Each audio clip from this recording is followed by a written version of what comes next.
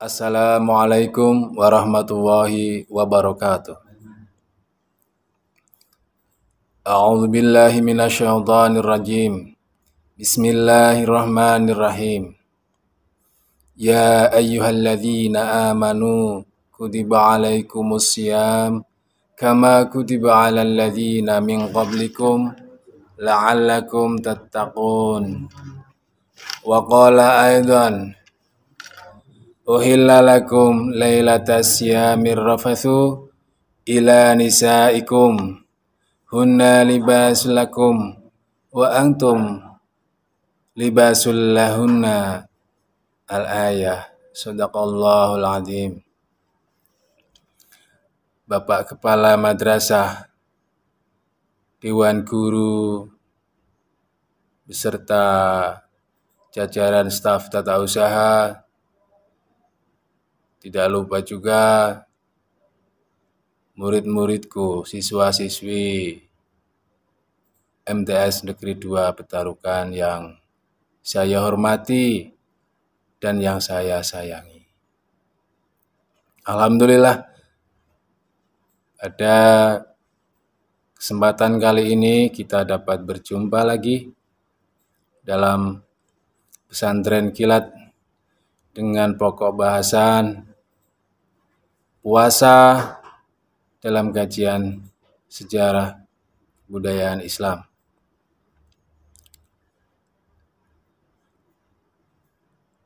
Puasa merupakan ibadah yang disyariatkan sejak zaman Nabi Adam alaihissalam, yang kemudian diturunkan kepada nabi-nabi setelahnya hingga sampai pada masanya Nabi Muhammad Sallallahu Alaihi Wasallam. Pada mulanya orang-orang Islam beserta orang-orang Quraisy Mekah sudah menjalankan ibadah puasa dengan bentuk mengikuti puasa yang sudah berlaku sebelumnya, yaitu puasa di setiap pertengahan bulan pada tanggal 13, 14, 15, dan juga menjalankan puasa pada setiap tanggal 10 Asyura. Hingga pada masanya umat Islam yang berada di Mekah pada saat itu harus berhijrah karena sesuatu hal ke Madinah.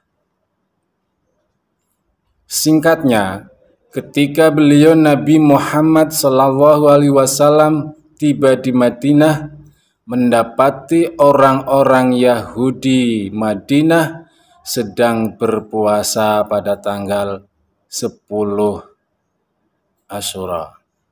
Kemudian beliau menanyakan kepada mereka, "Kenapa kalian berpuasa pada tanggal ini?" Mereka menjawab, "Kami berpuasa pada tanggal 10 Asyura karena kami bersyukur atas diselamatkannya Nabi kami, Nabi Musa alaihissalam dari kejaran Raja Fir'aun." Kemudian beliau Nabi Muhammad membalas mereka, "Kami umat Islam lebih berhak atas Musa." Setelah itu, beliau Nabi Muhammad memerintahkan umat Islam untuk berpuasa pada tanggal 10 Asyura. Setelah waktu berjalan, kira-kira lebih dari 1 tahun, tepatnya pada tanggal malam 2 Sya'ban tahun kedua Hijriah, turun surat Al-Baqarah ayat 183 yang menjadi dalil perintah berpuasa bagi umat Islam. Ya ayyuhalladzina amanu kutiba alaikumusiyam kama kutiba alal ladzina min qablikum la'allakum tattaqun. Setelah beliau Nabi Muhammad menerima wahyu ini, maka umat Islam diperintahkan untuk berpuasa pada bulan suci Ramadan.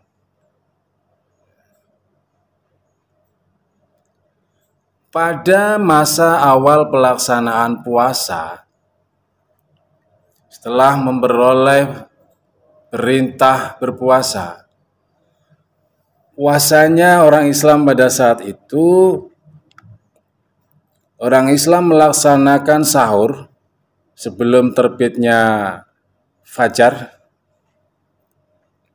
Kemudian orang-orang Islam itu nanti akan melaksanakan berbuka puasa ketika maghrib datang.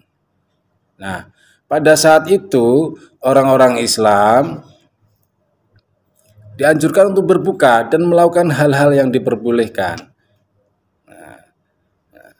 Sampai pada mereka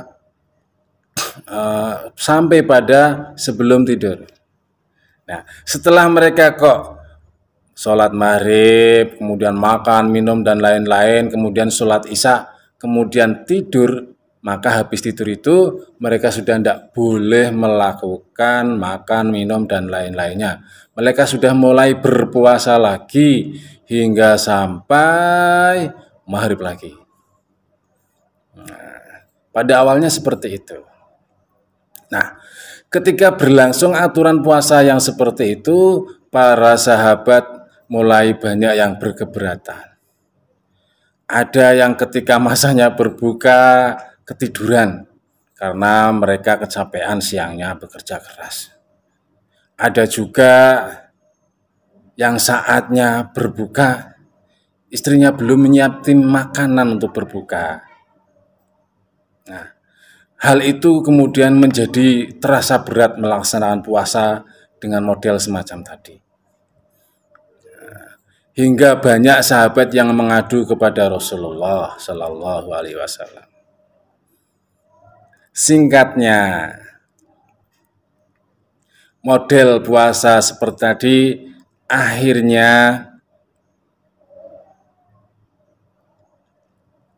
tidak berlaku lagi setelah diperjelas dengan atau turunnya surat Al-Baqarah ayat 187 yang sudah kami baca di awal, di mana surat Al-Baqarah itu memberikan kejelasan bahwa umat Islam wajib berpuasa di bulan suci Ramadan dengan puasa